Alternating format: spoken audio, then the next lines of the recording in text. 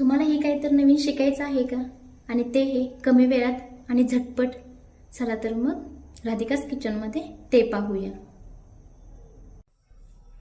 नमस्कार सर्वांना, राधिकास किचनमध्ये आपले मनपूर्वक स्वागत आहे. जर तुम्हाला राधिकास किचनचे व्हिडिओ आवडत असतील तर चॅनेलला सबस्क्राईब करा.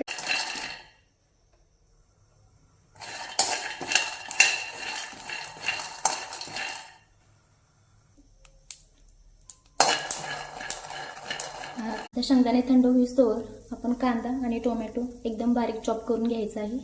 आता इथे आपला कांदा टोमॅटो चिरून झालेला आहे आणि शेंगदाणे हे थंड झालेले आहेत. आता शेंगदाणे, कोथिंबीर आणि मिरची हे आपण मिक्सरला फिरवून घेणार आहे आणि हे शेंगदाणे मी हातानेच ठेचून घेणार आहे एकदम मोठे मोठे.